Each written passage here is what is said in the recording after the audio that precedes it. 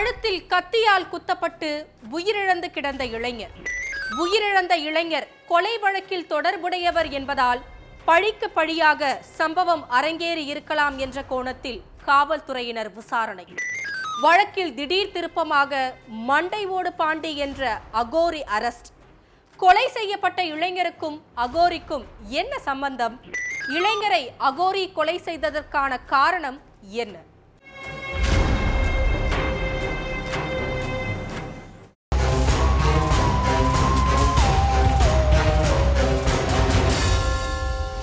கழுத்துல கத்தி சொருகினபடி நந்தகுமார்ங்கிற இளைஞர் உயிரிழந்து கிடந்திருக்காரு. அதை பார்த்த கிராம மக்கள் போலீஸுக்கு தகவல் கொடுத்திருக்காங்க.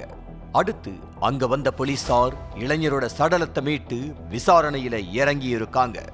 உயிரிழந்த கிடந்த இளைஞர் மேல கொலை உள்ளிட்ட வழக்குகள் இருக்கு. கடந்த 2018ல முருகேசனுங்கிறவரை ஜெயராமனும் அவரோட கூட்டாளிகளும் சேர்ந்து கஞ்சா போதையில அரிவாளால வெட்டி கொலை செஞ்சிருக்காங்க. அதுக்கு பழிக்கு பழியா முருகேசனோட நண்பர்களான நந்தகுமார் உள்ளிட்ட சில பேர் 2019ல ஜெயராமனை வெட்டி கொலை செஞ்சாங்க. இந்த வழக்குல ஜெயிலுக்கு போன நந்தகுமார் கொஞ்ச நாளைக்கு முன்னாலதான் விடுதலையாகி இருக்காரு. இதுக்கு மத்தியில தான் இந்த கொலையும் நடந்திருக்கு. அதனால ஜெயராமனோட கூட்டாளிகள் தான் கொலையை செஞ்சிருப்பாங்கிற கோணத்துல போலீசார் விசாரணையை முடுக்கி விட்டு இருக்காங்க. ஆனா இது பழிக்கு பழியா நடந்த கொலையே இல்ல, கஞ்சா விவகாரத்துல நடந்த கொலைன்னு தெரிய வந்திருக்கு.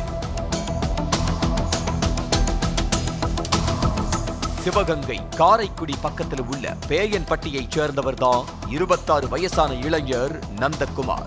கூலி வேலை செஞ்சுக்கிட்டு இருந்த இளைஞர் கொலையையும் கூலிக்காக பண்ண ஆரம்பிச்சிருக்காரு.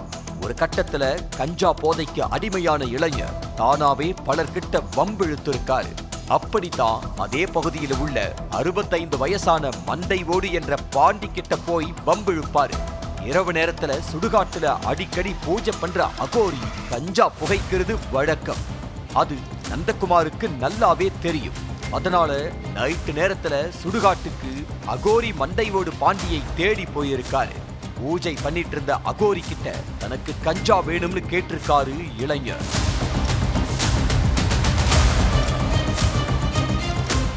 அதுக்கு பூஜை பண்ற நேரத்துல யாரும் வரக்கூடாது, நீ வந்ததே தப்பு, நான் கிட்ட கஞ்சா வேற கேக்குறியான்னு ஆவேசத்தோட கோபப்பட்டிருக்காரு. அகோரியோட ஆவேசத்தை அசால்ட்டா எடுத்துக்கிட்ட இளைஞர் பூஜை பண்ணி ஊரை ஏமாத்துற வேலை தான் கிட்ட வேண்டாம், ஊர் மக்கள் வேணா பயப்படுவாங்க, உன் பூச்சாண்டிக்கெல்லாம் நான் பயப்பட மாட்டேன்னு சொன்னதோட கஞ்சா கேட்டு தகராறு பண்ணி இருக்காரு. பூஜை நேரத்துல இடையூறு செய்யறியான்னு கடுப்பான அகோரி மண்டை ஓடு பாண்டி தான் கிட்ட இருந்த கத்தியால இளைஞரோட கழுத்துல சொருகி இருக்காரு. அடுத்து கழுத்திலிருந்த அந்த கத்தி மேலையை ஏறி மிதிச்ச அகோரி தன்னோட பூஜைக்கு நீதான் நரபலி, உன் ரத்தம் தான் குங்குமம்னு சொல்லி உயிர் போற வரைக்கும் நின்னு ரசிச்சிருக்காரு. அடுத்து அந்த இடத்திலிருந்து சடலத்தை இழுத்து வந்து ஜீவா நகர் பகுதியில போட்டுட்டு விடியறதுக்கு முன்ன தன்னோட வீட்டுக்கு போயிட்டாரு. மறுநாள் காலையில ஊர் மக்கள் கிட்ட விசாரிக்கிறப்ப அகோரி மட்டும் திருன்னு முழிச்சிருக்காரு. அதனால போலீசாரோட விசாரணை அவரு பக்கம் திரும்பி இருக்கு. அப்பதான் தான் கொலை செஞ்ச விஷயத்தையே சொல்லி இருக்காரு அகோரி. இளைஞரை கொலை செஞ்ச அகோரி இப்ப சிறை கம்பிக்குள்ள உட்கார்ந்து பூஜை பண்ணிக்கிட்டு இருக்காரு.